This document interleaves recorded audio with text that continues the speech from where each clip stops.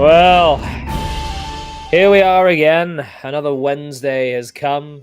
Another week has flown into the abyss, and we find ourselves closer to the sweet release of Oblivion.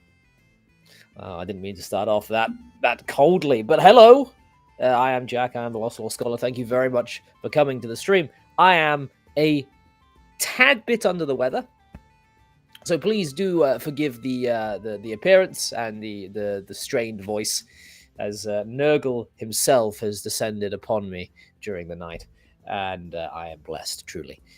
Before we begin, please do share and like the stream. Do subscribe if you are not already. I want to give something of a quick shout out to a very special accomplishment by a good friend of me, a good friend of the community, someone who has produced some amazing work, and that is, of course, Emmy, the Elven Maid in, who you can go and follow at Elven Maid in over on X. She is the person that produces Tales from the Tavern, and she, as of today, has become an official contributor, in a sense, to Troll Games, Castles and Crusades, the continuation of Gary Gygax's legacy. Her dancer class, which she has been talking about for several months now, which I remember producing some random sexy lady AI art for when she first started messing around with it, is officially going to be incorporated into the Adventurer's Backpack for Castles and Crusades. It was $120,000 stretch goal. They met it, not at the 11th hour quite, but near that. And that means that Emmy, her work now enters the great tradition of Gygaxian fantasy. So absolutely a massive congratulations to the elf, and to anyone that thinks that the elf is a faker or doesn't produce work or is in some way two-faced, and I've seen them about. Up yours, she's done more than you. Right, that is that. Everyone should go and follow Emmy, even though she's larger than I am, and most of my followers, I think, came from her. Very much a fantastic achievement. Today is all about railroading, and this was actually brought to me by the guys that I play Untold Destiny with and Baldur's Gate with on the channel, Variax, the Brass Dragon, and Dean. They decided they wanted to talk about railroading. I thought, you know what, why not? So I slapped together a quick, cleavagey, pink-haired elf and put it on a thumbnail, and here we are. And I'm going to rely on them quite heavily today because I am a tad, as I say, under the weather. So first off, let me bring in my best mate, Brass, all way down there. Why am I so small? Well, that's what she said. Are you railroading me into this conversation? You railroaded me into this conversation. True. How have you been, sir, since our last session with the Runesmith? None other. Yeah, pretty good. Yeah, looking forward to tomorrow's session. Yes, tomorrow. With the Runesmith of all people. Yes, where we will, we'll be hopefully succeeding in our quest. Jeff from Denkar has entered the chat. Hello, Jeff. No, I'm quite looking forward to that myself. It's amazed me, and I'll say this on air because it's somehow I truly feel about the bloke, how down to earth Logan is, and how he has decided that he doesn't mind interacting with, we're quite small here, and he's come on the show twice. He'll have done 4 bits of content with us now. I think that is a commendable thing for such a large YouTuber. He's been here almost as much as Richard Witters. Richard Witters has been quite a common guest, actually. Right. Who shall I bring in next? Shall I bring in the red one, or shall I bring in the other Welsh one? Coin flip. I have a dice. If it's evens, it's a red dice. If it's evens, I'll bring in the red one. Oh, look at that. Hello. Red dice should just equal the red one, shouldn't it? Yes. Yeah. Really? It's the sign. The thing is, my favorite color happens to be red, and I can't use red die on Roll20 because I have to, out of respect for your branding, have to allow you to be the red dice. Oh, thank you. That's very kind of you. So I've gone. I have a slightly different shade, as long as it's more like pinkish. Maroon, it's burgundy. fine. Nah, pink. You ever hear it? The Kingdom of Burgundy is a weird one Either of you guys know your history about the Kingdom of Burgundy? That's my main faction in Age of Empires 2. That's not history. Yes, it is. It's a shame you weren't about for the Sandy Peterson conversation, because he, I think, was responsible for a few of the newer factions in Age of Empires too, like the Romans. I think he did the Romans. He's done practically all of them, mate. Oh, has he? I didn't realize he was that involved. He did the old ones, like the Huns and the Goths, and he's doing some new yeah. Mm. It's based on historical events. Yes, based on. It's historical enough. Burgundy allied with the English against the French, and then they proceed out at the end. And Ooh, the English Burgundy. lost. I like them. Yeah. You're not a French lover, are you, Variax? No. Good. My granddad brought back a French bird from the Napoleonic Wars. Literal war booty. Anyway, let's bring in the other Welshman. Hello. Hiya, Jack. Hiya, Brass. Hiya, Beriax. Hello. Why we all seem to be at different volumes. The chat's gonna have to tell me if the volumes are okay. Oh, no. My volume's correct. Everyone else is wrong. Yeah, indeed. I'm not too sure about that. Lads, like I say in chat, I'm going to be relying a little bit on you guys to railroad me for this episode. How I can't remember how we got on to the idea of railroading. I was hoping you would, because I don't either. So it came around when Runesmith Logan was giving what he felt went really well with the session last week. Mm-hmm. And one of the points he made was around the pacing of the game. He said the pacing was really good. There weren't any lulls. I kept the pacing going well, without being too hasty and pushing you too much. And he hinted that he'd been in a lot of games where the pacing is terrible, where the DM waits for players to do something rather than taking the initiative and saying, "Are you lot doing this? Right, let's do it." And I made the comment that I think it's because railroading has been bandied about as a term and used to bash people over the head, either because the person playing would rather be in a sandbox-based adventure, or because it just gives them a bit of power over whoever's running the game. And when the DM says you can't go shagging that dragon, they come back with, "Oh, you're railroading me. My bard would do that. Why can't I do that?" So I made the comment that a lot of DMs are probably too scared of being accused of railroading. Therefore, they just wait. They wait for the players to take the initiative rather than acting as a co-storyteller to the story that the players are helping create. I agree. Well, there we are. That was a good I love it. Hi, everyone.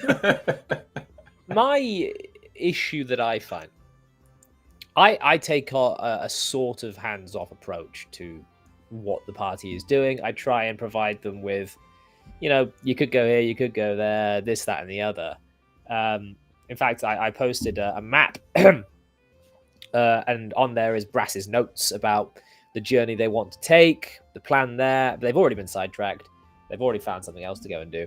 But I like to give, so here is the world that you can do. Just let me know the direction you want to go, and I will populate that direction with more detailed content.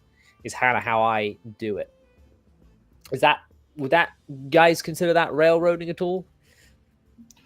No, not really. No? I mean, your game has not been very railroady anyway. Not at all, no. And that's probably why we've not done any story stuff. Yeah, it's been a lot of just, here's a load of like side quests, and because it's an EXP based game, and we need gold, and people keep dying and restarting at low level, technically you're railroading us because we haven't got a choice but to do those side quests so that other people can catch up, so that we're not like level 8s walking around with a level 3. Well, I mean, some of those side quests, 2 of those side quests, no, 3 of them have become rather pressing threats in the region now.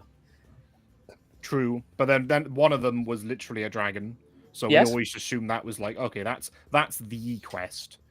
We'll do that one last. And then the other one being a Death Knight is like, look, we've got a bunch of level 3s. running around. They're expendable. They're cannon one fodder. Hellfire Meteor, and it's just going to be me and Vixene's character barely standing. That's basically what it is now. That's So we true. lost another character on Sunday, Dean Variax. Rip. Yeah, the frog wizard. He stood in front of a lightning bolt, went down, and then a stone giant made a roadkill out of him. So yeah, that Bad day. yeah. Well, this is a game in which I have let the dice do as the dice will. I've not really pulled my punches, and we've got a long list of deceased characters. And nothing Which- of value was lost.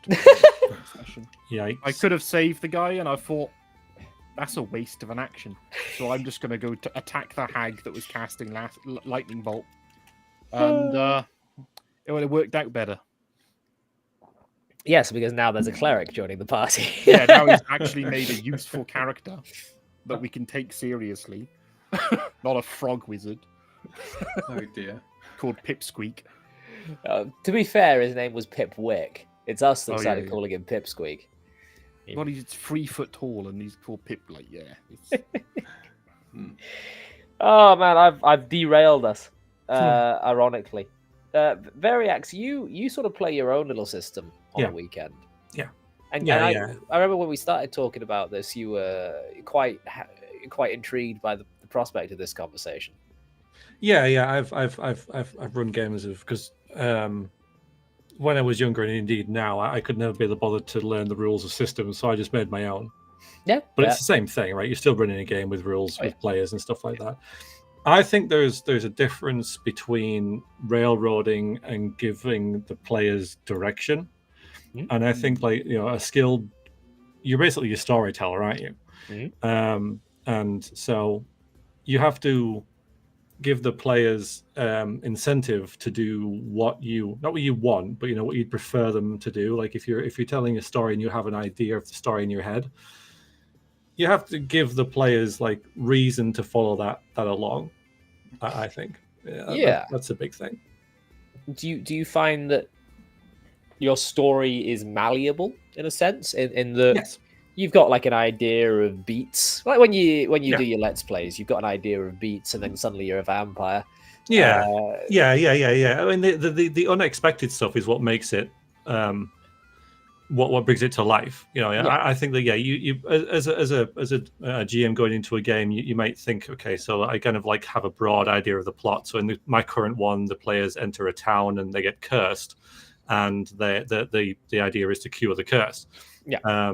But initially they don't know the curse. So again, you give them choices. You're I have a notice board of jobs for them to do, and they've got something to do as they enter the city as well. So any of those things they can go and do, and they think it's a fun sandbox. And really, in the background, I've got this kind of thing going on, and eventually they have bad dreams, and they investigate those, and they realize all this kind of stuff about ancient cults and stuff like that. So.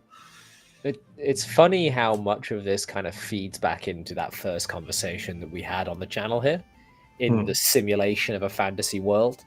Because while the characters, I mean, Brass, you do this as well. While characters are doing a quest or in a dungeon, or they're putting their energies and attention on this thing over here, there are still things happening over there that you, as the DM, as the ultimate large language model, I suppose, can continue to do things for the villain. In my case, the time that I did this the best in my case was my Varfal campaign, where Malfela continued building her operations up in the north and east of the country, whilst the party was putting her operations in the south and west to the torch. So they undercut her in one area while she recovered in another, and that's where she launched her siege from. It's a different direction entirely. So I think with Brass as well, as we were doing things for in his campaign recently, the hag coven got stronger. Actually, got a different hag. But I'll let Brass explain that one. Yeah. So the campaign went a little bit off rails, if you would. Indeed. We've told the story 1,000 times about the paladin dying. But after that, because new characters had to be introduced and I basically made like I said there was like a month time skip in the game because Jack's character and Vixeno's character had to come in from elsewhere. We needed time for the new druid to get interact with the 2 remaining survivors of the old group. And so I was like, right, it's now a month later. During that month, me and Jack actually did a NPC versus NPC battle because I said there was this Inquisitor who was part of the Paladin's backstory who was off to go and kill the hag that used to be the Paladin's wife. The idea was the Paladin wanted to beat him to it so that he can try and redeem her, but the Inquisitor's like, nah, if I catch up to her, she's dead. So we went and did that, and I was telling Jack this. I was like, look, yeah, that hag's probably dead. The Inquisitor's gone after her. She's probably not going to survive. And he's like, well, why don't we actually play this out? So I controlled the hag. He controlled the Inquisitor. We had an epic battle in a ruined church. And we actually decided the victor that way. It was very close, too. Very close. It was very close. Inquisitor won, so it happened as as it's meant to. And then afterwards, as the players were gathered in the town, and they were like, "Well, the coven's weakened because they're down 1 hag, so we should be fine." Well, all of a sudden, out of the sea comes the new hag, the sea hag, and so now the coven's back at full strength. Although they have just taken out another frost hag. So yeah, well, here comes the sea hag that immediately chain lightning the group. Yeah, true. But just a quick aside to say hello to Stug, who is once again the first person in with a super chat. Always appreciated, Mr. Stug. Thank you very much. I assume that the turquoise wizard wand is yes, it's fire and a little goblin creature with a wizard wand, which doesn't show up properly in Restream. But thank you for the super chat, sir. I appreciate it. But yeah, the way I like to run my games, they are kind of railroady, but they're more like, as Variac said, breadcrumby railroads. Like right now, for example, they're in a swamp.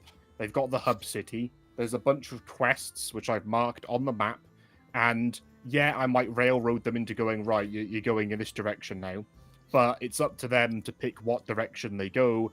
And if they want to complete a bunch of quests on the way there, that's entirely up to them. But more recently, it has been the opposite of railroady. Because Jack's had plans for his character. He's been drawing on the map. I want to go over here.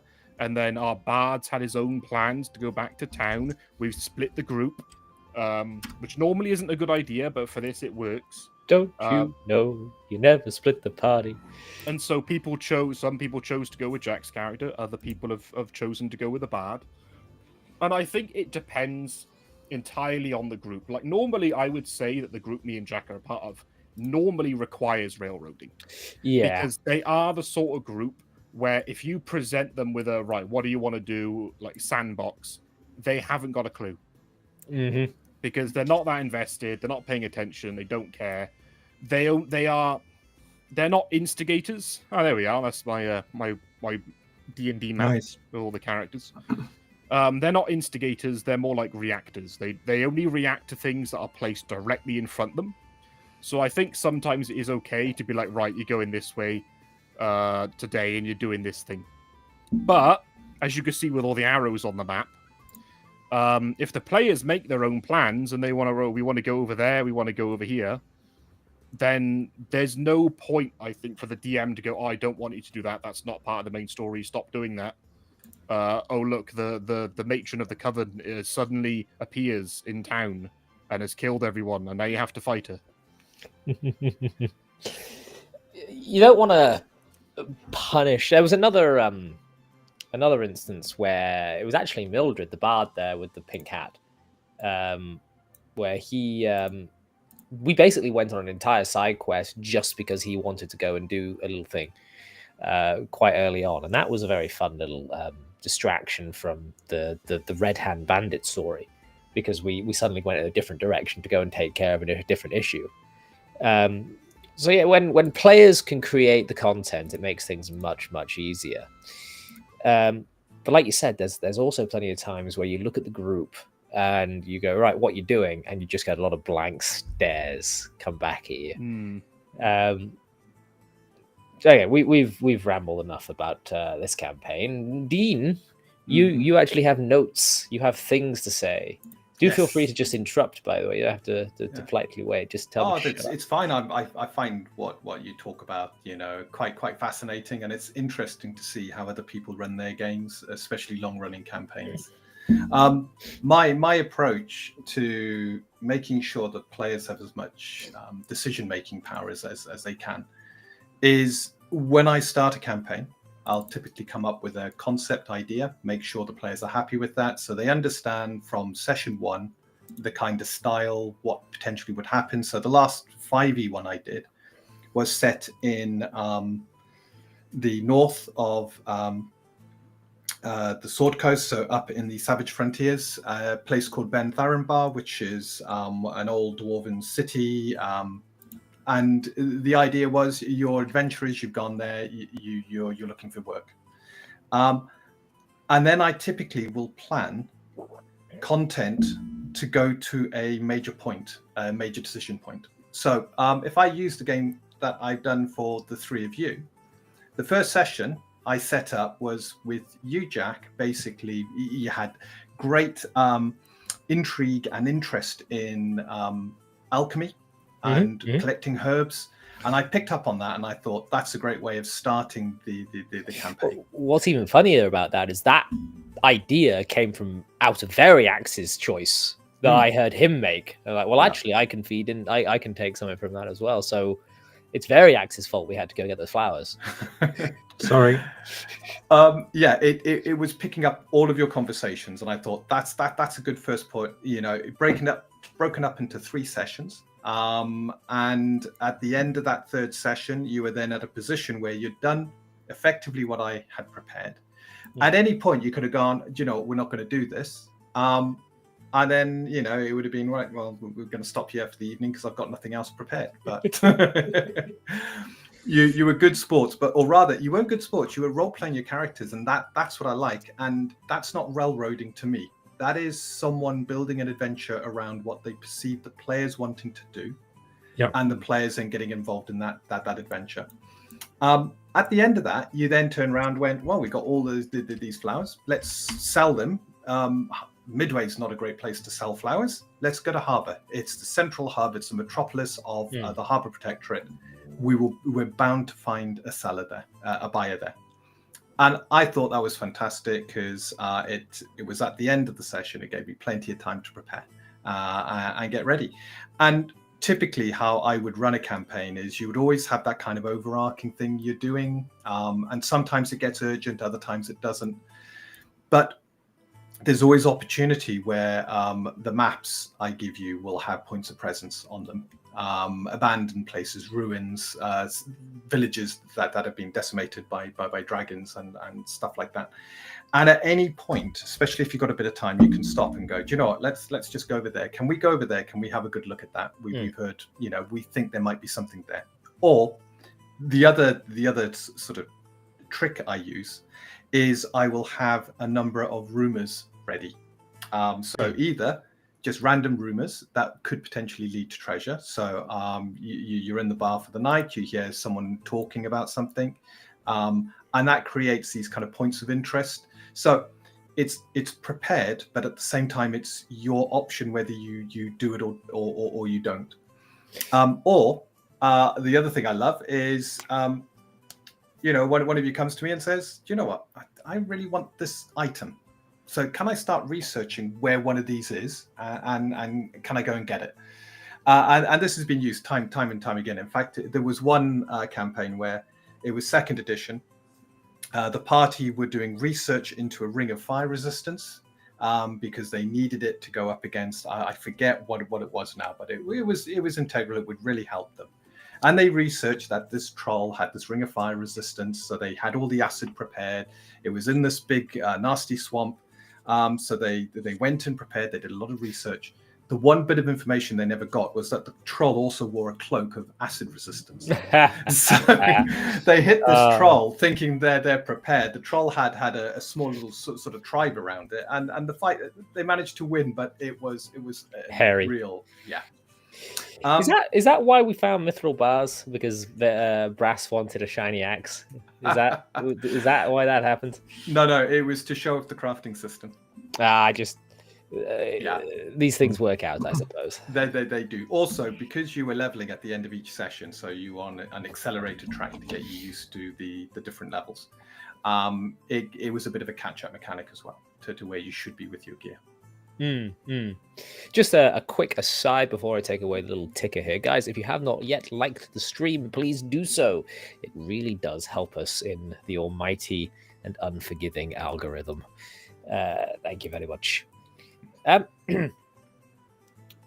while ago, and I do mean a while ago now, these conversations took place. When did I write this? December 2023.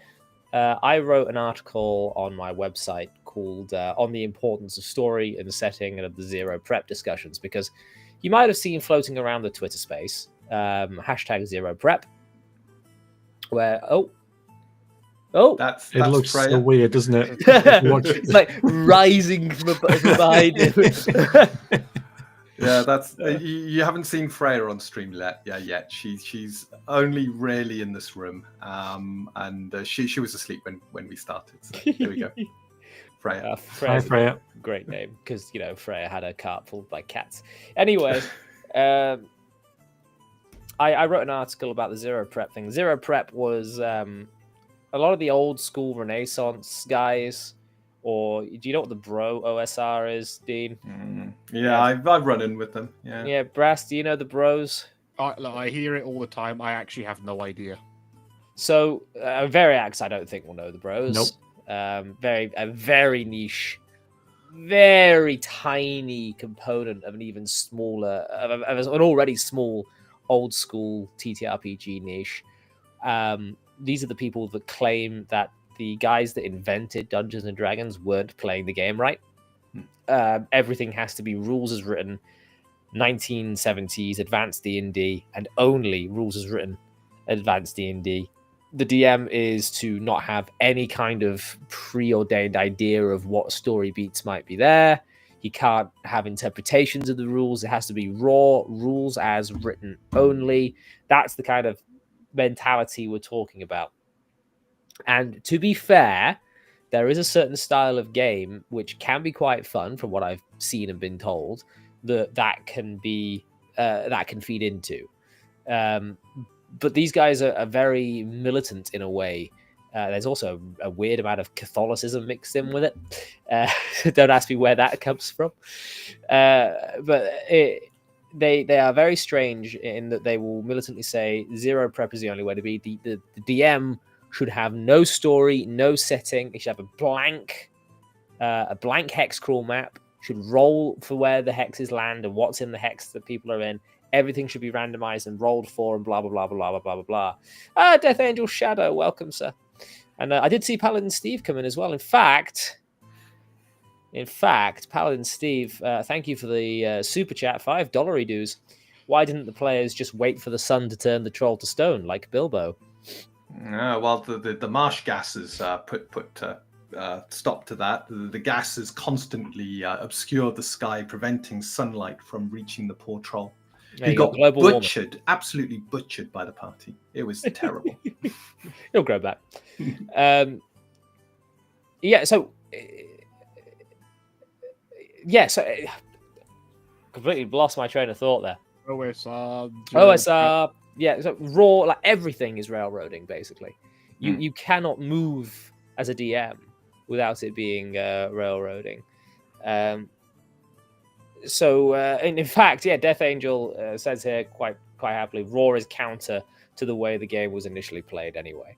Yeah. So have you guys come across this yourselves? Variax, maybe not so much, but I'd be interested to hear what your gut reaction to something like that is. That kind of thing. First time I've heard about that kind of thing. It sounds like you don't need a DM. It sounds like you just need a random number generator and a monster manual, and you can play the monster as the party. Yeah. Because there's nothing hidden or anything, is there? There's no secrets because Yeah. it's all in the rules. So you don't need a DM if everything's randomly generated. Just use a random number generator and a dice to do everything for you. Indeed. And it kind of completely does away with the fact that a lot of these settings that people still play in, like Greyhawk and the Forgotten Realms and Eberron, they come from really early on from the people that made the game in the first place. Now that could work if you have a group and no one wants to be the DM. That's a way around it. It's like, okay, we'll get a list of 20 different settings and 20. Except the rules call for a DM, so there has to be one. Yes, I suppose. Yeah. But do the rules say that the DM can't also be a player? In first edition? That's what I'm thinking back to first edition. Did it explicitly say that the DM could not be one of the players?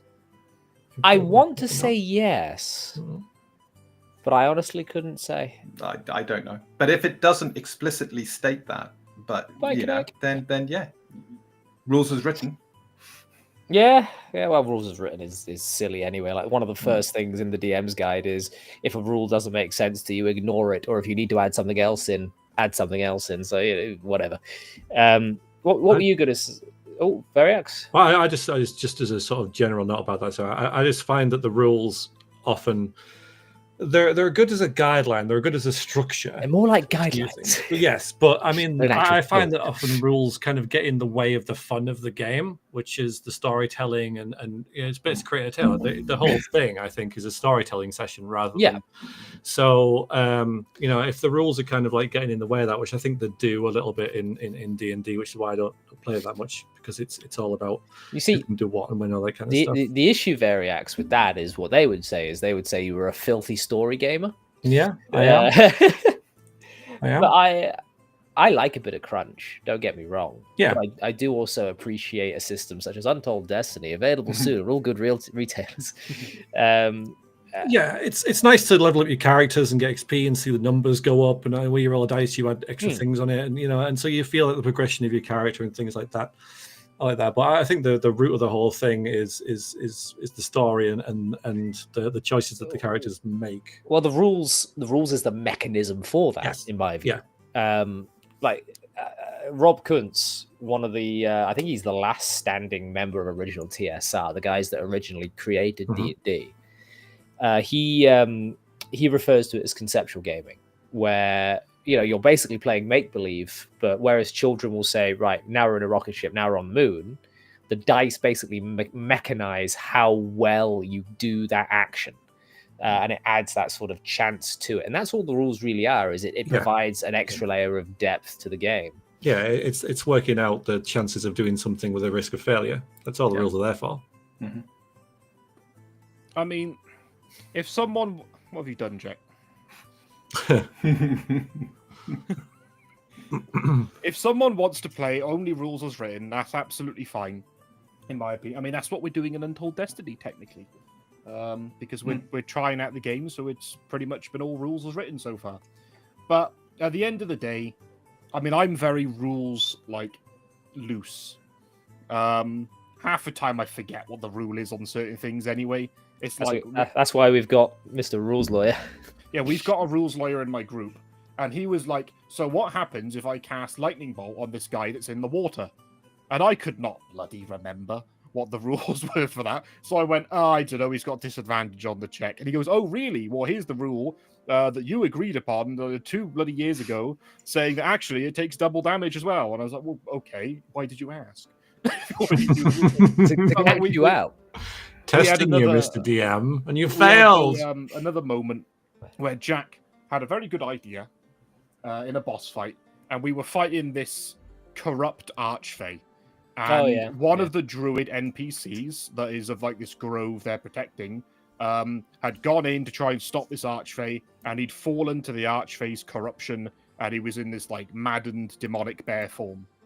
So Jack runs in, scroll of greater restoration, and he's like, look, it specifically says it removes all curses and charmed effects. And I went, well, look, I didn't count this as a curse or a charmed effect, so... But it's a good idea, so I'm going to let him roll a wisdom save to see if he gets out of it. He's like, well, no, because it specifically says it stops the curses. Oh, yeah, but it's not a curse, it's not a charm, so I'll let it do something. And then the rules lawyer at the end of the game had a little bit of a tangent. He had a bit of a whinge. He didn't like that very much. But to as be me fair, and throughout... Baby DM both say, when someone questions our ruling, that's crazy, because I'm the DM. Yeah. To be fair, it's like we have this meme in the groups as well. Like I did it a little bit for Dean in the last session as well, where you rules lawyer for evil, and you sort of help the DM remember loads of stuff that's happening. Also, Mr. Dungeon Delver, I see you in there complaining that you're not included. This is an intimate conversation for those of us from a civilized nation only, sir. But we'll have to get you on for maybe the next week, sir. This is actually something that these guys wanted to do. I didn't select this; they did. Blame them. Yeah, we railroaded you into. I did feel we were. Yeah, there's a bit of a railroading there. Yeah. Yeah, oh no! Someone said something earlier on that I found quite funny. Let me see if I can find it while you guys continue chatting about things. Brass, you mentioned about this lightning bolt. If you were doing rules as written, you wouldn't have fallen into that trap, because that sounds very much like a house rule by you. It was. He got caught on his own rule. That's where you get into trouble, mate. And he wrote it down. He put it up in a document. As I said, if someone wants to play all rules as written, at least, I mean, someone I follow on Twitter who's part of this little community, I can't remember what his name is, he's Australian, and he literally uploaded a video on Twitter earlier on talking about rules as written. And I kind of agree that... What was I going to say now? It's going boom. I've been railroad. I've derailed. Oh no! That's it. So you have an expectation when you're following rules as written. You have an expectation in mind, and obviously, if the DM keeps saying no to that expectation, it's like, oh, I'm going to cast fireball on this thing, and it's a tree, so it should catch fire, or firebolt because it says it ignites flammable materials, and DMs goes, yeah, no, it doesn't. Then it's kind of a bit shitty for the player. Yeah. I mean, this is one of the reasons that playing with a group is essential in my mind. Like Dean, when you're doing things as you do for your game, and you're taking people that you've gotten to know us fairly well over the last few weeks, but when you go to a convention and you sit down with some randoms, you kind of need that touchstone to be kind of consistent across all groups. Whereas the Brass Dragon and I, because we know one another, we know our groups, we've been playing together for years at this point, you can kind of implicitly trust the decisions that either the players or the DM is doing. Probably the same for you, Varex. I'd assume that your group is quite consistent over a long period of time. Yeah, it is. Yeah, I work with them all mostly. Oh, there you go. Yeah, so so rather than working in the warehouse, you're in a little corner playing the system. Yeah. Well, that'd be cool. But yeah, I'm quite blessed because like so you need to know your players and they need to know you really to really get the idea of the expectations of the campaign and where it's going. And I think I'm quite lucky in that my players are quite like understanding with how difficult it can be to be the DM, and so they don't try to railroad it. They're not really there to test me and things like that. So but having that understanding early on about how things work and would you like to borrow our rules lawyer, increase the difficulty of DMing? No, well, it's my system, isn't it? I'm sure he'd learn it. So yes, I'm sure. But I mean that's another thing about me knowing all the rules. Is that people can't really. They can. I've supplied the rules, but no one's really bothered. So I don't have that entity in my group. I just tell them what to roll, and they kind of roll it. So. Well, I'm very inconsistent. I am the biggest rules lawyer ever. As soon as my players start asking me for like mercy and favors and things like that, because very often, let's say someone has 30 feet of movement, but they're 35 feet away from the enemy. And there's like that fight, there's a 1 square gap, they can't quite reach, they're going to waste their turn. I'll be like, whatever, fuck it, you can make it that far, I don't care. But as soon as a player goes, oh, it's 35 feet away, can I go that extra 5 feet? I'll be like, excuse me, what does your movement speed say? I decide when I'm giving it. I decide when to homebrew. Thank you very much. That's just your draconic nature shining forth, I think. I would like to wish all of our friends across the pond, who I think mostly make up the audience this evening, a very happy Treason Day. How dare all of you. And I got one over on you in the end because my wife's a Yank and she's thoroughly recolonized. He hates it when I make that joke. I don't know. It's like railroading has a place. Dean, you've been kind of quiet for a bit. We've been kind of hogging the airwaves. What are you thinking? What am I thinking? I'm thinking where you can do so railroading. I've seen a lot of people, and this is quite recently, talk about how the DM isn't the storyteller, shouldn't be the storyteller, and then that's put in hand with railroading. So if you're storytelling, you're railroading your players, and no, it's a collaborative storytell. You tell part of the story. There's a diagram that you use when you're coding a computer game, which talks about a kind of interpretation layer, and at the bottom is the world, and information's fed to the player about that world. The player then reacts to that, feeds it back into the world, and then the world takes that reaction and decide what happens. That middle interpretation layer, that's the job of you as the DM, is to take what your players are saying, decide how the world reacts to it, feed it back to them so they can then respond to that and feed that back to you. And that the key skill to doing that well is storytelling, because you've got to immerse your players, you've got to make them feel part of the situation, make them feel that no matter what, if they decide to do something, the world will react in a way that makes sense. Even if, thankfully, I've never had a murder hobo in one of my games. Variax, I'm looking at you. Variax, you need to change that. You need some murder hobo. First time for everything. Yes. All right. I'll try and kill Boomsmith tomorrow. Just for fun. Baldur's Gate 3 is anything to go by, I got my eye on you. But I've never had that's a computer game. I've never had a murder hobo in one of my games, but if I ever did, I know exactly how the world would react. Rocks fall, everyone dies? Yeah, it's actually No. It would be they've taken a path. If the authorities find out, they don't cover their tracks, then they're going to be wanted people. The party will be wanted by association. You spin off the whole campaign into a completely different direction, and whatever plot they may have been on seems to be, insignificant compared to the holy warriors that are now after their skin because they've been murdering innocent people. I struggle with that a lot in my game because I had a murder hobo. One of my first campaigns I ever ran, one of my best mates I know in real life, was the murder hobo, and he kept absolutely fucking over everyone else's roleplay. Now, sometimes it was funny because he was the barbarian, and they'd all be there like, right, how are we going to tackle this corridor? How are we going to? And he just goes, I charge on the corridor. I activate all the traps. Handy. And to me, sometimes that works. It speeds the game along.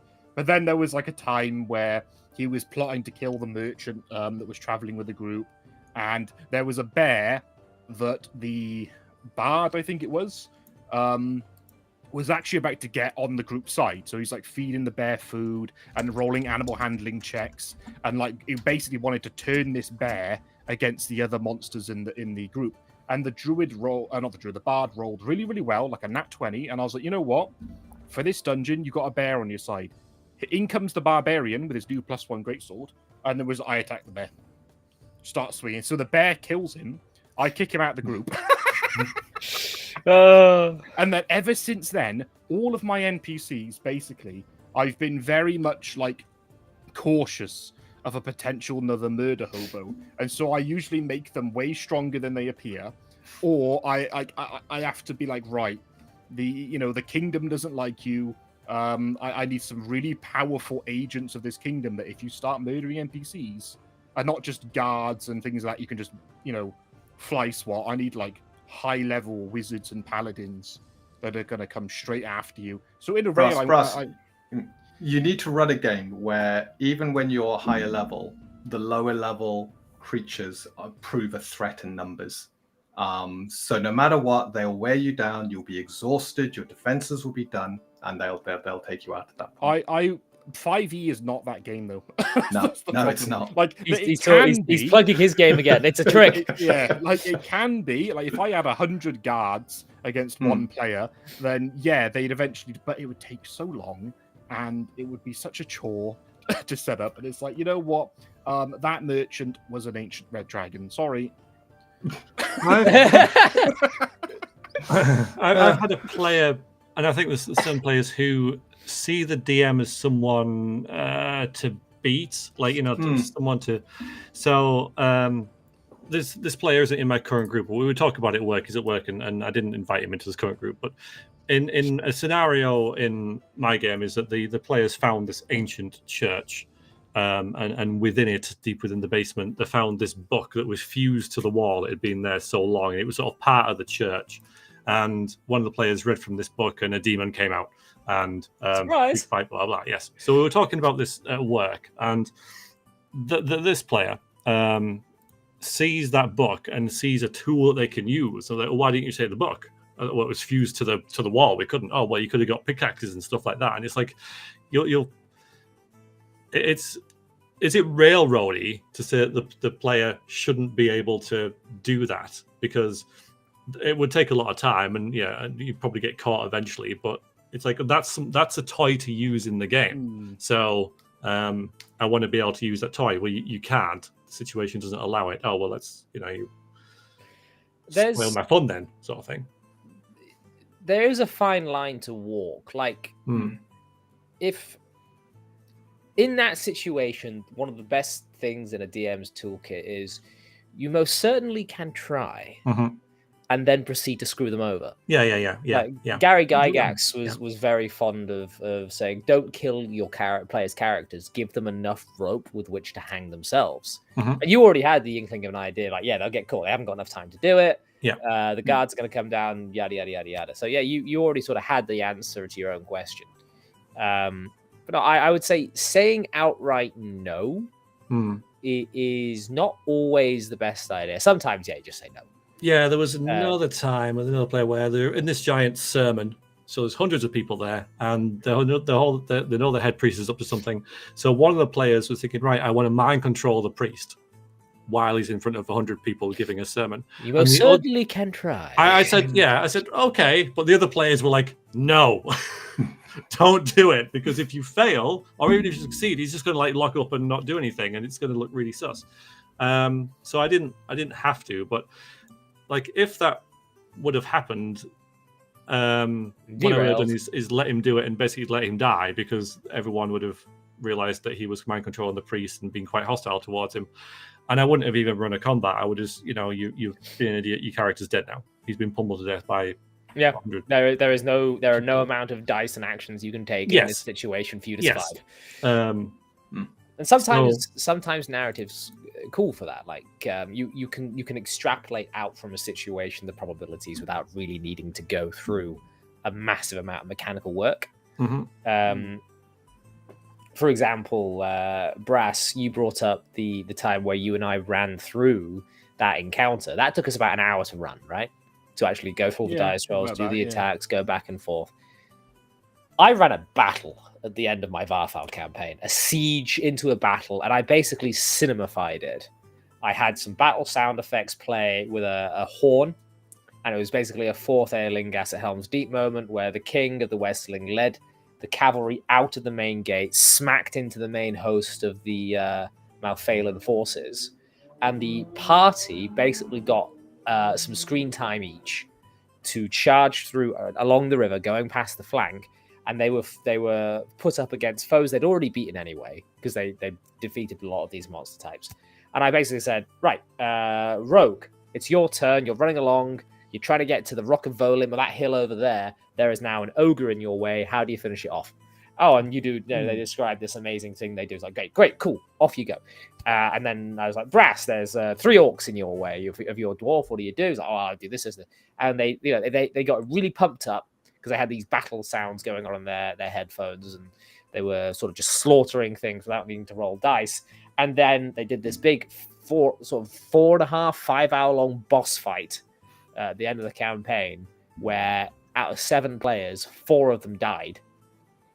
And it was this great emotional moment. So sometimes you can extrapolate stuff out. You don't really need to roll all the dice. Other times, rolling the dice can actually give you stuff you weren't expecting. Hmm. I mean, the Bro SR would hate us because I did something very similar, but the boss fight ended in 12 seconds. I was doing a one shot for my level 20 players. Self-indulgent. Yeah, and these guys, it was from the first campaign that we ran, and most of them ended between like 15 or 18 level, that sort of thing. And I was like, right, it's a year time skip. You're all level 20. Every one of you. We even brought in Vixene and one of Jack's other friends who were not part of that original campaign, made level 20 characters. We had like 8 level 20 characters in this group. Nothing was standing up to Half that. the session was just me describing their entrance because of how epic they were. And then we did a dungeon at the end, and I was like, you guys are demigods. A dungeon means nothing to you. So I had them all approach the dungeon from different angles, like a SWAT team, all breaking in. It's like, right, you're coming in through this entrance, you're coming in for that, you're coming in for the ceiling because you're so strong, you could just punch the ground away and get in that way.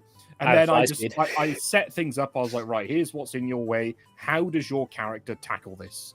And some people were a bit more mechanical. Oh, I cast this spell and I cast that. And others like, I do a wall run and a backflip over the spike pit, and I call upon my divine god and I glow angel wings and I fly down the corridor. And I'm like, you know what? Fuck it, who cares? That's what's happening. We're level 20. Good. And then we got to the end. We got to the last boss. It was a big undead Draco Lich. I was like, oh yeah, this guy's gonna be tough. 2 rounds. Yeah. I think it was based on Dalgafoth as well, so it was like Draco Lich. I was like, look, it's the most powerful undead in all the realms, lore-wise, and he's gone. Whoops.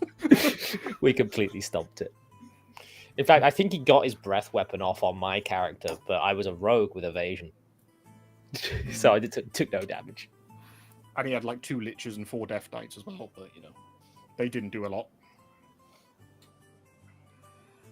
What were we on about again? How did that relate to railroading?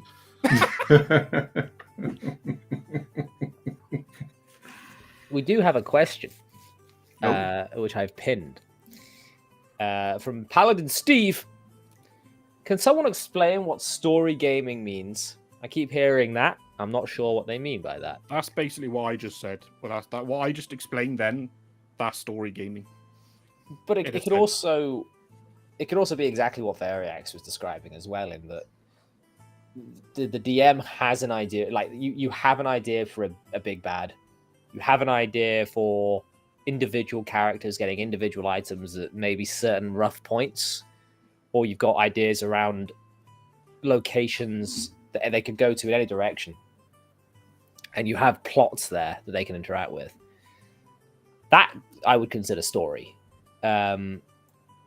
And I don't know, it's like something that's just come to mind is like railroading. Even if it is a linear story, you're not really limited in the mechanical decisions you can make to deal with the problems presented to you.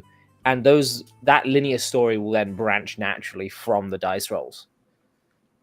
So it's like railroading being the opposite of story gaming. Like railroading is like, we're going to go to the bathhouse. The king rises out of the water. That like XP to level 3's sketch. Oh yeah. That's a very good example of railroading. But now I've gone amazingly by talking about railroading. I have derailed myself from the initial question. I think we can all agree that breadcrumb railroading, as we're going to call it, like Variax said at the beginning, where the DM has a story, right? And we're not playing Bro SR. And the DM's like, right, you're fighting an ancient red dragon. Eventually, you're going to need to actually do something.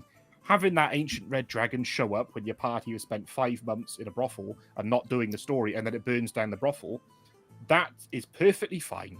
I think most people can agree, because they're like, right, okay, you're not actually doing anything about this threat. It's still a threat. You got a world build. And so now it's torching the entire village. You could have stopped this 4 months ago. Yeah. I have a question. Yeah. Guys. Yes. Okay, let's do this. Okay, right. it's session 1, right? And I'm the DM and you guys are the players. Okay. And I attack the innkeeper. No, because the story begins, right? And you wake up in a dank cavern and you're in cages because you've all been kidnapped by goblins. Is that Yeah. railroading? No. Okay, right. According to some people, yes. If you knew that's how the adventure was going to start, so you were up front, you said, look, got this great idea, but it's going to involve you all being captured and starting in that fashion. Definitely not. Even if you didn't know, but you knew you were going in with a conception of, we're not starting, I don't know where we're starting, then I think it's acceptable. But if you misled your players by making them think they were starting a standard adventure just to kind of pull the rug from under them, I still don't think it's railroading, but I think you'll end up with a bunch of pissed players. Yeah, so again, it's the expectation thing, isn't it? Of what the players expect going into it, and so you would, because you wouldn't want to like spoil it, and so that's how it starts. But you know, in which case you want to say just players don't make any plans, exactly. Because Well, Baby DM started his campaign with me and Jack like that. We started off in a prison. We kind of knew we were going to anyway. He did say like, yeah. I don't think he spoiled it entirely, but he did say you're getting captured or something. But Yeah. I think the difference is what it would be railroading if you march along. It's any other day, and then a group of goblins jump out at you, and the DM goes right. They overpower you and capture you. That was going to be my second example, but I guess the difference is that previous to, in the first example, session 1, you had no control over your characters before that point. You know who they are and how they react to things. But if you finish session 1 at an inn, saying, okay, you all fall, or in a campfire, you all fall asleep, and then session 2, okay, so during the night you were kidnapped by goblins and now you're in cages. It's different. Even that isn't as bad, because I think it's only bad if you actually give the players the chance to do something about it. Like, let's say, again, as you're walking down the road, goblins ambush you. The players might look at the goblins and go, well, we could have taken those very easily.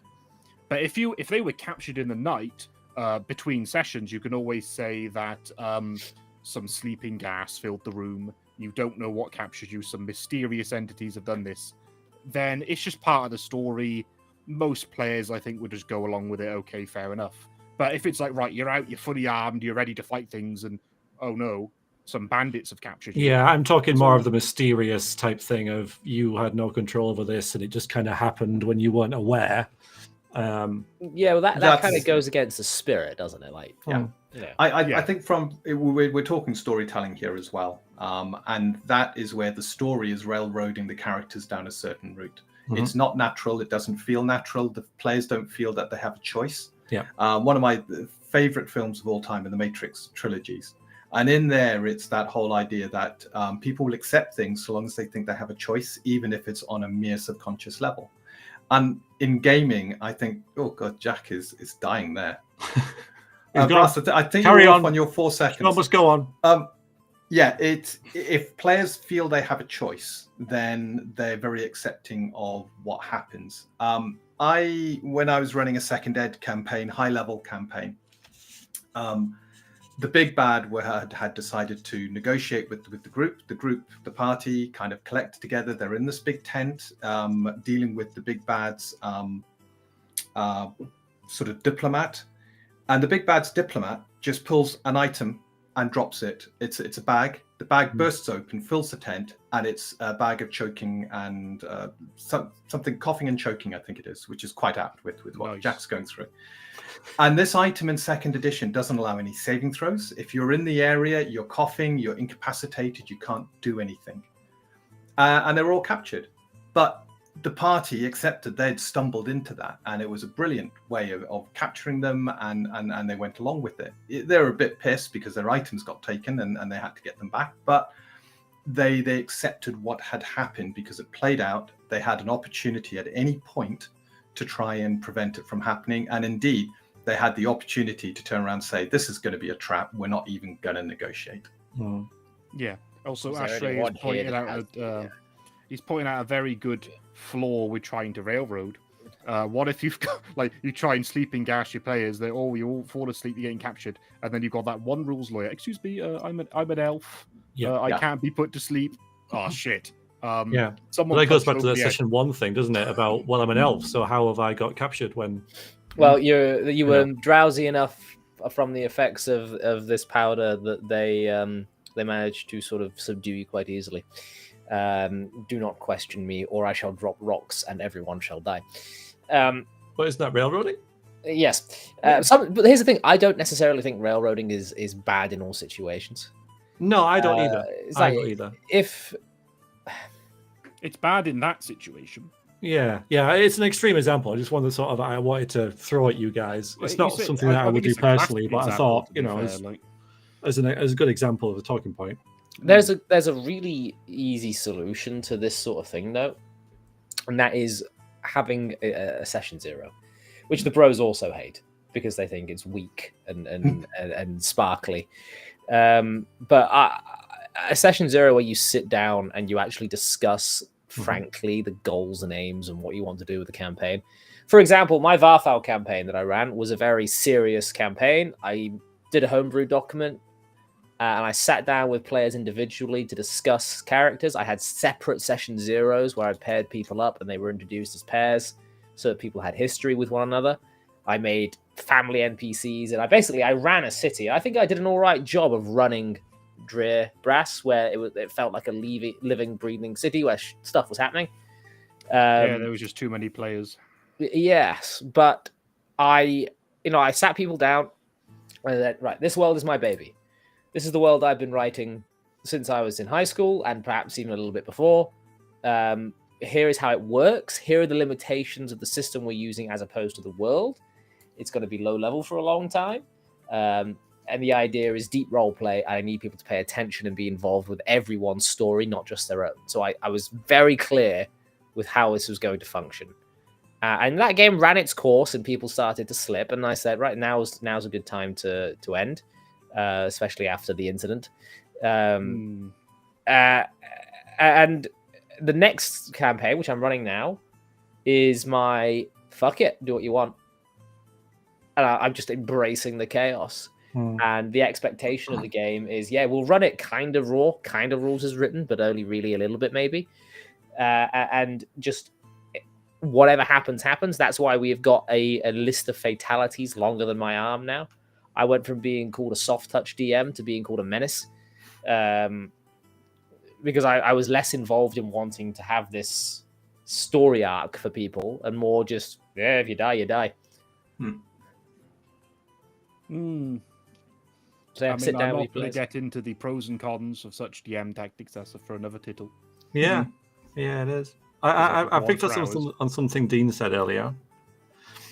He said, as long as the players feel like they have a choice.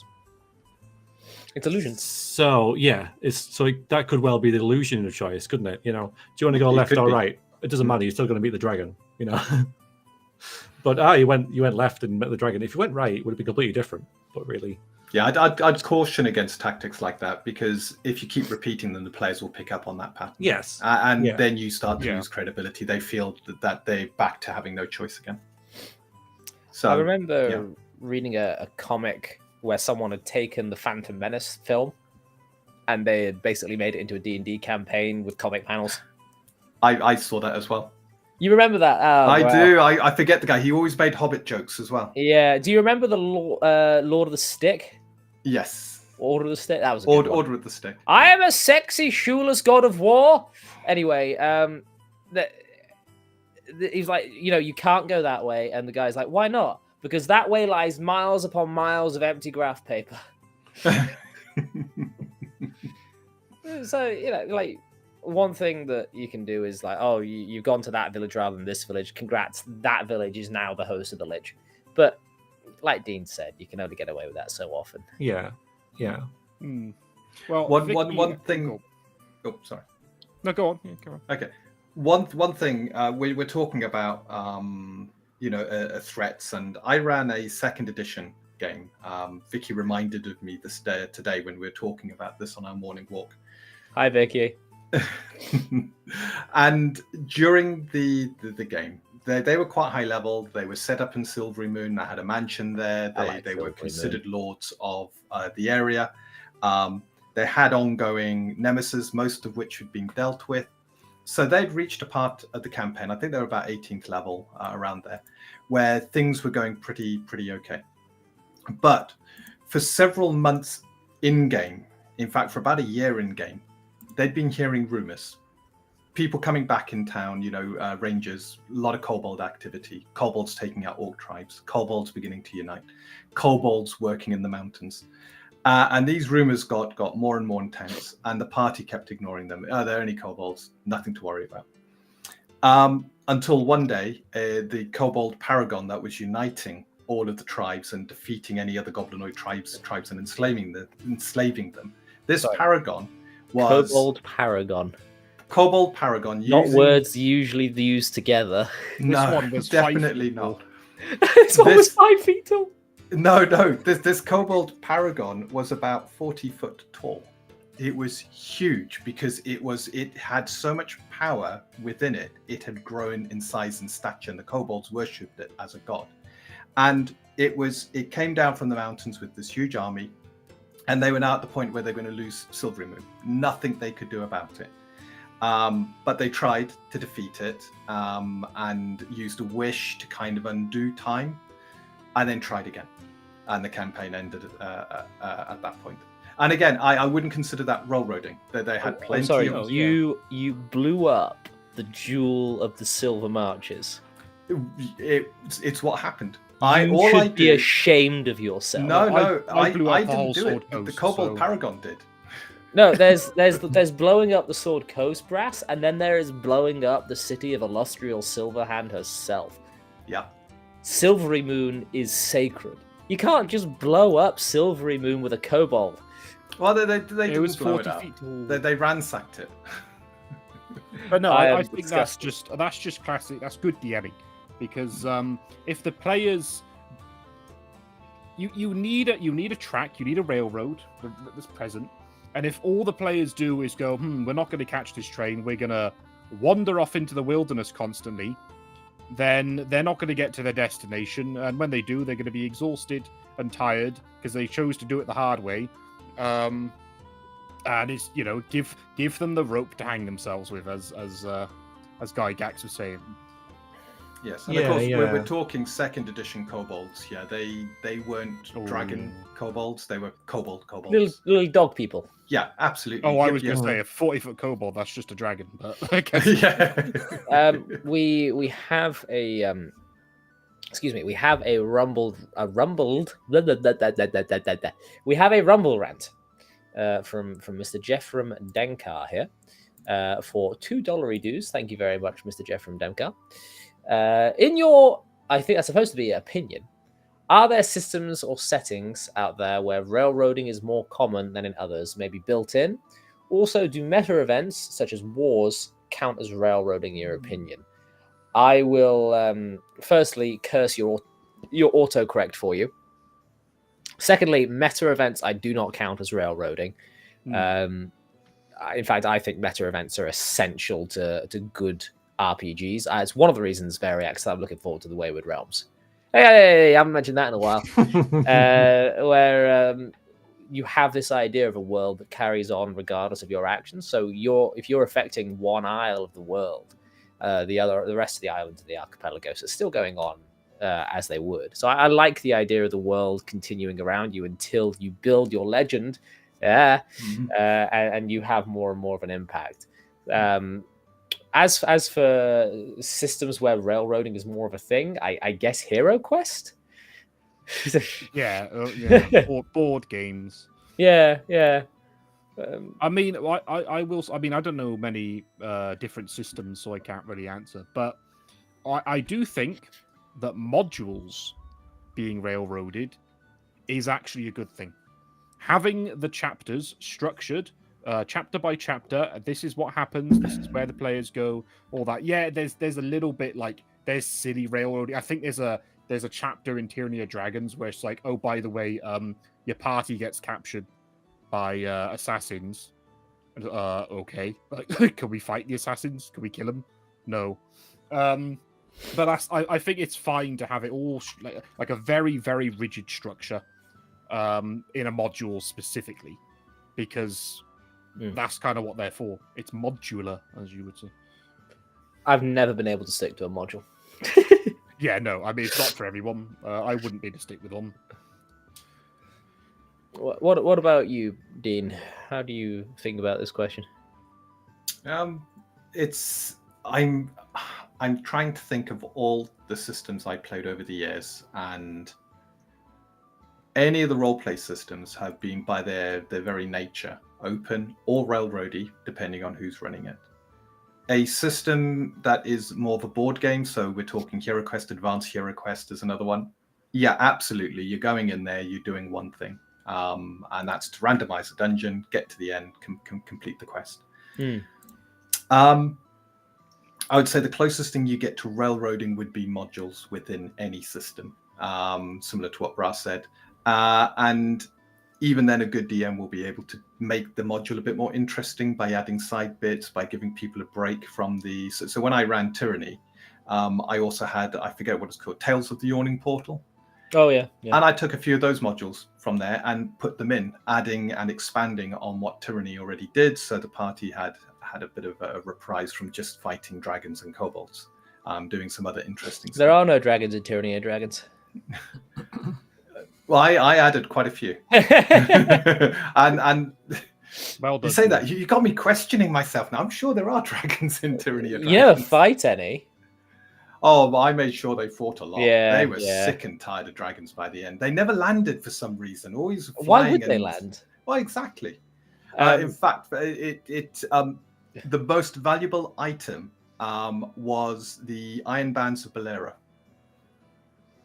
because they could throw them up to a dragon, and so long as it hit, the dragon would be brought to the ground. We need and then one they of could those. hit it. Then they could hit it. Yeah. Variax? Just having to think, like with the systems question, I think it's pretty clear that if it's a board game, there's a clear distinction between like a board game and a role playing game. But I think the line is most blurred for me in a game called Dragon Strike, which is a sort of offshoot of D&D version 1, which has a board and it has a time limit and a dragon will appear at the end type of thing, but it still encourages the players to play a role in that. And but you still only go in there to do one thing, so it's still quite railroady. But I think that would be a good way to bring people from board games into role-playing games, right, by playing Dragon Strike, because it does give you the ability to act in character and a bit of flexibility in what you do on your turn. I feel like the structure is D&D, but it's a board game with D&D system. And the meta events, like I think it's all to do again with motivation and things like that, because I can only use like my example of the quest that my current characters are on, where they're cursed, and the curse will culminate in the rising of a red moon, which is a meta event that's going to happen at some point in the future. Now, the players haven't decided to go and look in when the red moon will rise, but when that happens, their soul will be eaten and they'll lose the campaign. So that is a meta event that I think it just gives a bit of pressure, a bit of time. We can't just wander around forever doing random stuff when there's this meta event looming. This reminds me of something, Severiax. Something in my head, parasitical maybe. And something to do with Baldur's Gate, Mind Flayers. But that never actually happens. So yeah, so I know I'm debating whether to. Like one day I could just say, by the way, the red moon has risen and you're all dead. you know what you should do? This is a dice thing. Get yourself a D100, roll a D100, and that's the amount of in-game days till the blood moon. Yeah, I could do that. Yeah. I mean, and- as long as the key thing is, at the end of it, are the players engaged and having fun? Yeah. And if the answer to both of those is yes, then Carry on. it's fine. You can have this meta event just in the back. You can railroad or not railroad. It doesn't really matter as long as everyone's engaged and enjoying how it's being run. Agreed. Absolutely. There was an interesting thing that was said, Dean. Apparently, this is your lady wife. Apparently, you killed her favorite character. I didn't. The Kobold Paragon did. Well, no, she says that the players killed the players. So I want to know why she's not in prison for murder. If she killed the players. Characters I can understand. Players is a bit brutal. Yeah. Someone got me with that once. Like, don't kill your players. I'm like, no, you should kill your players. Hold on a second. Wait. Players kill their characters, not the DM. Very Gygaxian of you. Mm.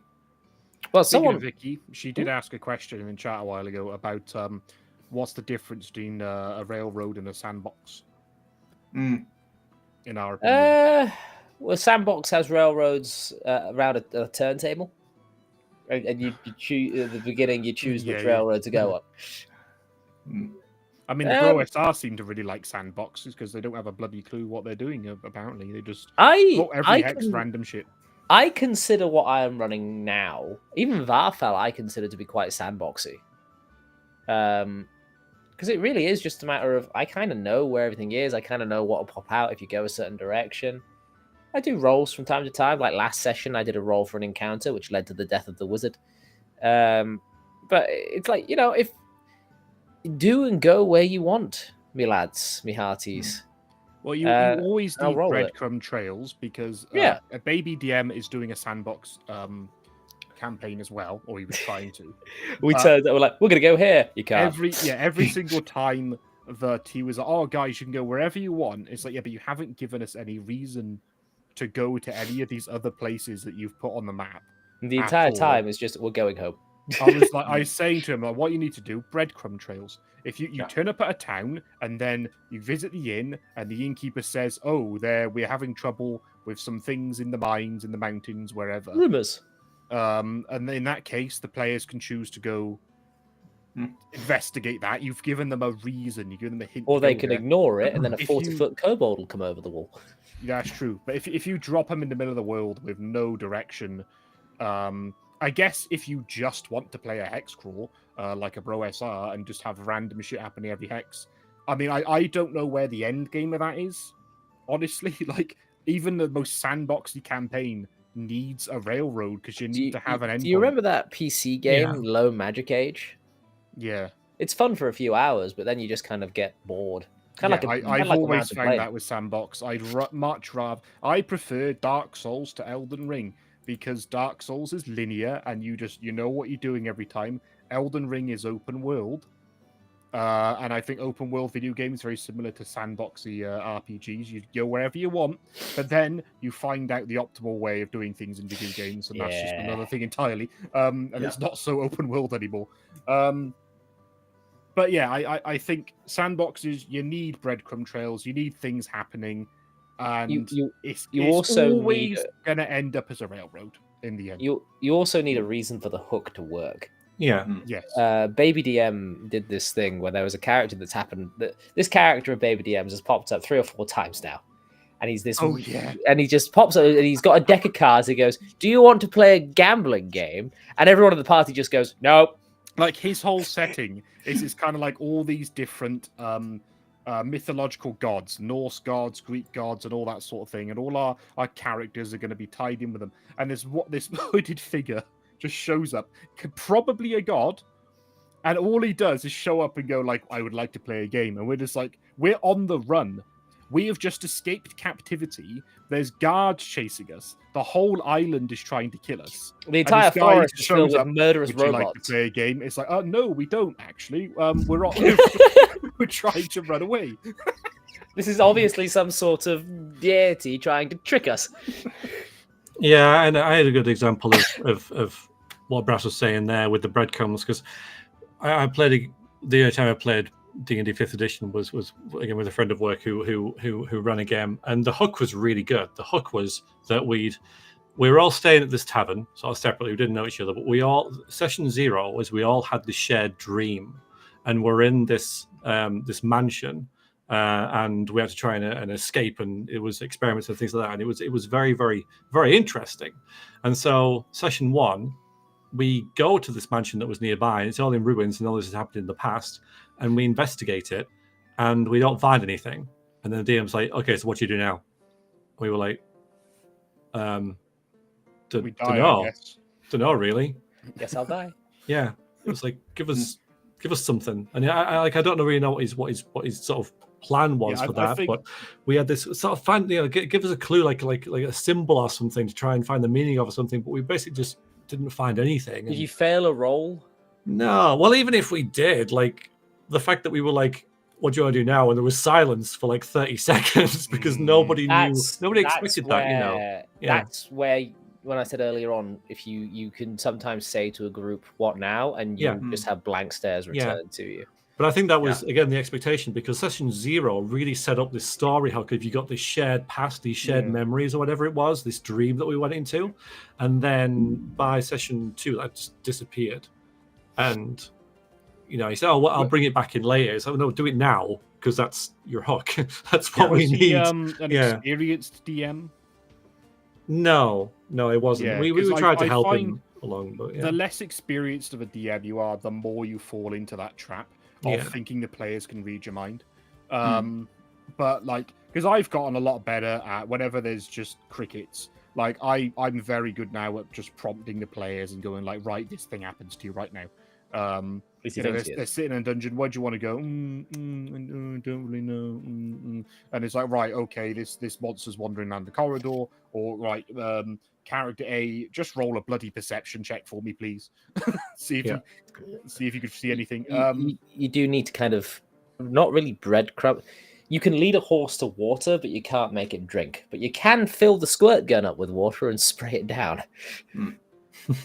I find when I often act as the kind of memory of the party in certain situations. So you and me both, mate. You and me both. So you reach one of these points, and with a bit of experience, you begin to know which ones you will have them just looking at each other. And you kind of go, right, okay, so at this stage, what would you like to do? Bearing in mind, you came across this, you saw this, you did this, you have this clue, you got this route. What would you like to do? Do you remember, you idiots? Most of the time it works. That's a good way of doing it. Yeah, Brass and I are quite different sometimes in the way that we approach remembering what happened. Brass will write recaps. I just kind of remember. And I find that my memory for sessions and for what happens in them and for stories in general is quite good. It seems I'm wired that way. I realize a lot of people might not be. But I can tell you pretty much beat for beat most of Brass's Lichbane campaign. And that was years ago now, and that campaign lasted for years. And so it can be difficult at times as a player, not so much as a DM, because as a DM, you know, it's I am your god, bow before me. But as a player, it can be difficult. And Variax, you've suffered through this with me. And believe me, I used to be a lot worse. Where I am sort of like, don't forget you can do this. Don't forget you can do that. And I would do this if I were you. And it's what that is that is born a little bit of trauma of having to poke party members that I'm adventuring with. Going, it means you dumbass. Yeah. I mean, your memory might be good, Jack, but the everyone else that plays in our group doesn't have a good memory. So you got to be thinking about them. You got to think about the players and be like, oh yeah, as Dean said, bear in mind, your character remembers this thing happening. And I try and do that, but to be fair, my memory's also shit. Yeah. So because when you're the DM, you've created everything. You spent hours on it, haven't you? You know, and you've written everything down and you've made notes, and so everything is very holistically grown. Yes, I have done that. You know, in some kind of form. Yeah. Everything you need to know about your world and the adventure you're taking people on, and you think you've given the characters information, but every player around that table is having a different experience. So everyone's remembering things a slightly different way. So when you're giving out these breadcrumbs and these clues, and you give a clue out, what I've noticed is they all wrote the same clue down, and they all wrote it down differently. And you suddenly got Chinese whispers on your head. Yeah. I only said it once. But your players write things down. Write it down differently. So you kind of often have to poke and prod because not everybody has that holistic kind of view that you do, and they haven't spent hours on it, and they're probably thinking about how their character will react and what other people are going to do, and their perception is different than yours. So your giving breadcrumbs and direction, players are thinking about how they're going to react. They're not just spacing out. Well, they could be. I'm giving the benefit of doubt. Yeah. I mean, that's what the famous example is. By the way, hi Celeste. The famous example of this is Brass had a character who leveled up very quickly, and I'll let him tell the main story. But we were stood in front of this town that we just got back to. It just had an attack, and Brass goes, "Oh yeah, Aesir Van, the character that killed your player character, there's friends in his backstory, is still somewhere nearby." And this player just kind of was away with the fairies, and that's where I went, nudge nudge, listen you idiot. That's you. Yeah. Paladin Steve, thank you very much for the $2 redos. No, I don't give my players clues. I just wait for them to die. I give them clues, but only if they roll an intelligence check and succeed. I don't give them clues. I remind them what they've uncovered. Even if it's wrong and they've made up something, I'll remind them that they got this theory that they might want to look into, and it could be complete poppycock. Nice Gamer Girl headset you got there, Dean. Those ears, they're so cute. They are, aren't they? Yes. I need a bigger set though. The head, just it's a bat cat. Yeah. I threw that away, but yes. Brass's barbarian character there, or the barbarian. Yeah, so that was my brother's character, and like he is one of those players, or was, that he doesn't have a clue what is going on, does not have an absolute clue. Sometimes he picks up on things. Like I remember I changed the music once during combat, and he goes, "Oh look, he's changed it to this song with this specific name. Oh, does that mean we're fighting this thing?" I'm like, actually, I do that, to be fair, but he was looking too much into it. But in this specific scenario, he had the most simple backstory. He was a barbarian. His caravan got ambushed by bandits, and the bandit leader named Aesir Van was in charge, and he knew this. He would literally go around town looking for this guy. Right, where's Aesir Van? Where is he? Where is he? Where is he? And then the bandits attack the town. And I go, right, at this gate, you see Aesir Van, and he just crickets. For God's sake. But it ended up leading to one of the coolest roleplay moments ever, where he finally tracked him down, and he 1v1 the guy out in the forest, and killed him. I take complete credit. Yeah, and it's all because Jack was like, "Oh, by the way, that's you. that's your character." Oh, was one of the things. I don't know if this would be useful for your group, Variax. I don't know how involved they are with the game, so to speak. But one of the pieces of advice I have for players is get involved in other people's shit. Like, be nosy about it. Yeah. They'll have their own individual backstories, and I'm leaving tidbits to each other's. Yeah. So yeah, they some people know things about other people that the other people don't know, and that kind of stuff. So I mean, there's intrigue between the characters as well. Yeah. But it's like, this is something where Dean's set up for the way he did that at the beginning of Blue Flower, Red Thorns, and now Go Camping is very good, because whilst we were playing with Runesmith, and guys, you should go and watch that. Whilst we were playing with Runesmith, I asked Runesmith where he was from, if you remember, his character. And I got a little DM from Dean, saying even though Vocatus was saying he was from everywhere, and Durian recognized his accent. So there's stuff like that. Like, you need to interact with one another. So it's not just NPCs. Interact with your party. It's like the way Corvus and Durian bicker about everything now. Yeah, which is just, we didn't plan for that. No. It's very organic. It's just an organic character thing that's come out, and it's quite endearing.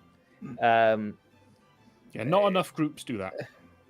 Yes, it's getting involved in other people's stuff and also interacting with one another is incredibly important to the game.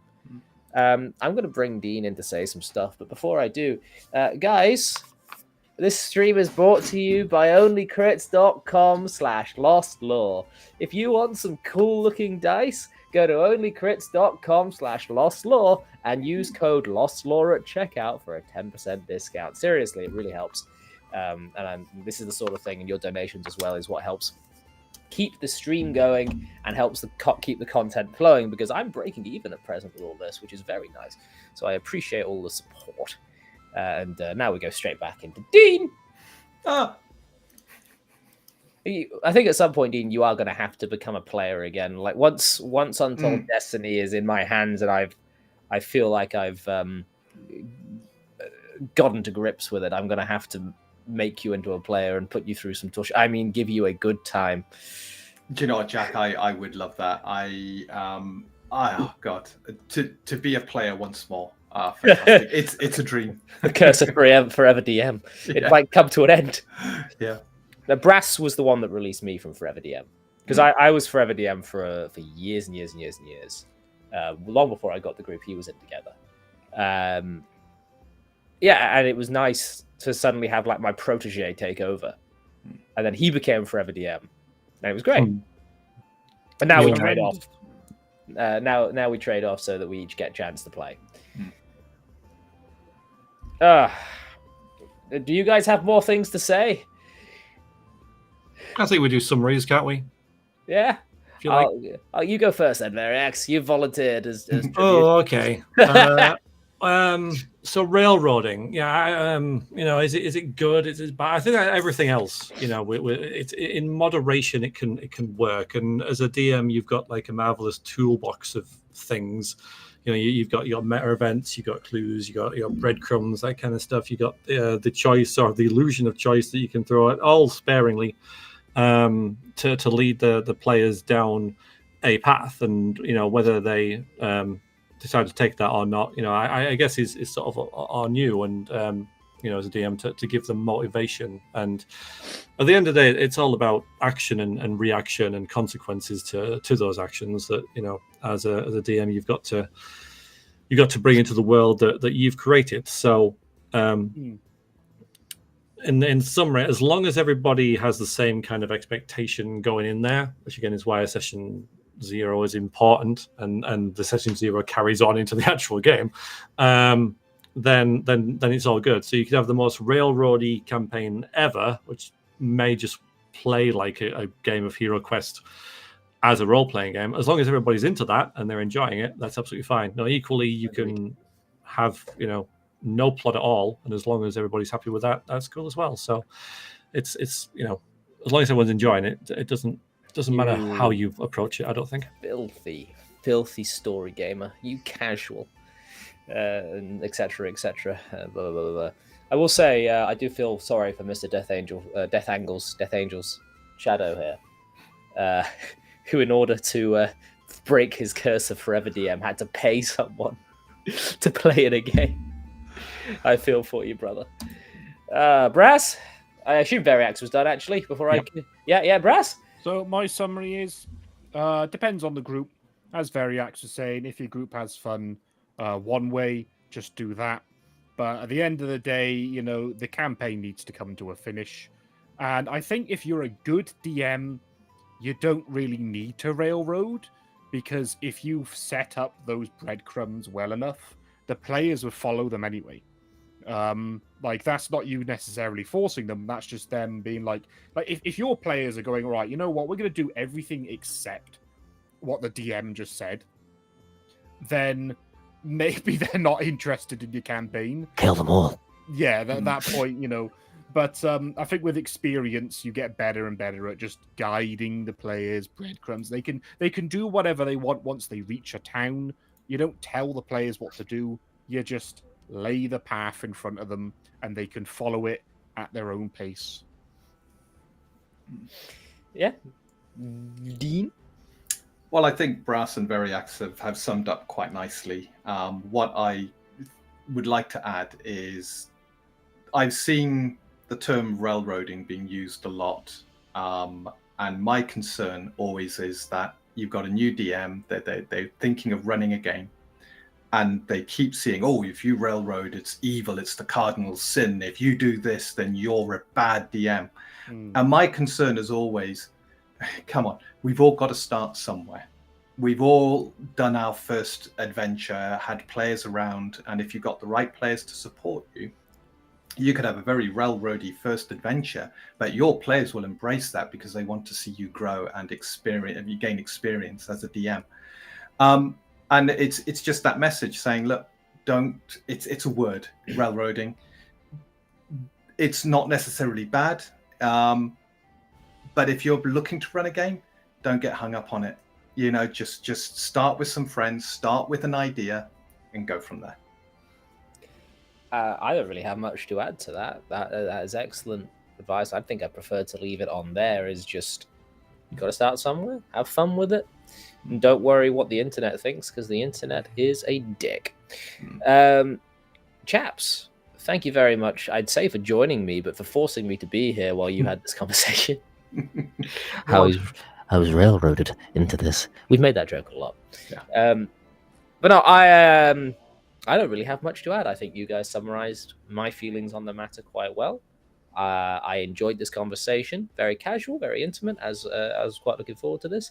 And tomorrow, ladies and gentlemen, we will be once more sitting down with the one, the only, the Eldermancer himself, the Runesmith, to have our second session of Necromancer hunting. And the only real question I have about necromancy, Dean, is do you happen to know what the fine is for necrophilia is here in Cyrodiil? No. Ariax? No idea. No, it's about 500 gold. Gee, really? That's nothing compared to Morrowind. Thanks. Right, I'm stopping the stream. Say goodbye. Bye. Bye-bye. Bye, everyone.